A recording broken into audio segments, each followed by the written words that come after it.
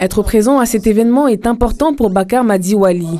Élu parrain du dispositif pour l'entourage des aidants ce matin, ce père de famille a auparavant dû s'occuper de sa mère malade atteinte du cancer de l'utérus. J'encourage vraiment les acteurs qui ont eu cette idée de le faire et profiter aussi ce Octobre Rose d'introduire ce sujet. Emportée par la maladie il y a 24 ans, la mère de Bakar avait pour habitude de lui rendre visite ici chez lui à Kahani, laissant derrière lui de bons souvenirs. C'est elle qui a tout planté, ces mangues que vous voyez là, tous les fruits qui sont là, c'est elle qui les a plantés. Et puis, écoute, on n'a pas son cendre pour le mettre là, mais au moins ses petits-enfants, nous-mêmes, nous en profitons. Une pathologie qui a bouleversé leur quotidien avec sa femme Némati, qui a dû soutenir son mari dans cette lourde épreuve durant 2 années. Ça a beaucoup pris du temps parce qu'au début, on l'a amenée au dispensaire de Sada. On nous disait qu'elle a la constipation.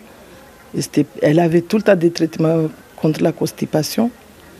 Et ça a duré. Un jour, mon mari l'a amenée à Mamoudzou. Et puis, on lui a dit qu'elle avait juste 2 ans avec le traitement, la chimio, la chirurgie. Dans tout ça là, elle n'avait que 2 ans. Bakar espère que les aidants familiaux bénéficieront davantage de moyens qui faciliteront leur accompagnement dans la prise en charge de leurs proches. Il faut absolument que ces gens-là, ils ont des aides. Parce que moi, ça m'est arrivé.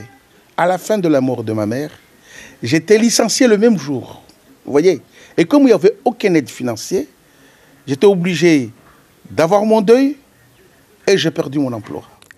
À Mayotte, près de 200 personnes sont évassanées par an selon l'association Larikem Sada et nombreux sont ceux qui partent se faire soigner ailleurs par leurs propres moyens, évitant une longue attente avant une prise en charge.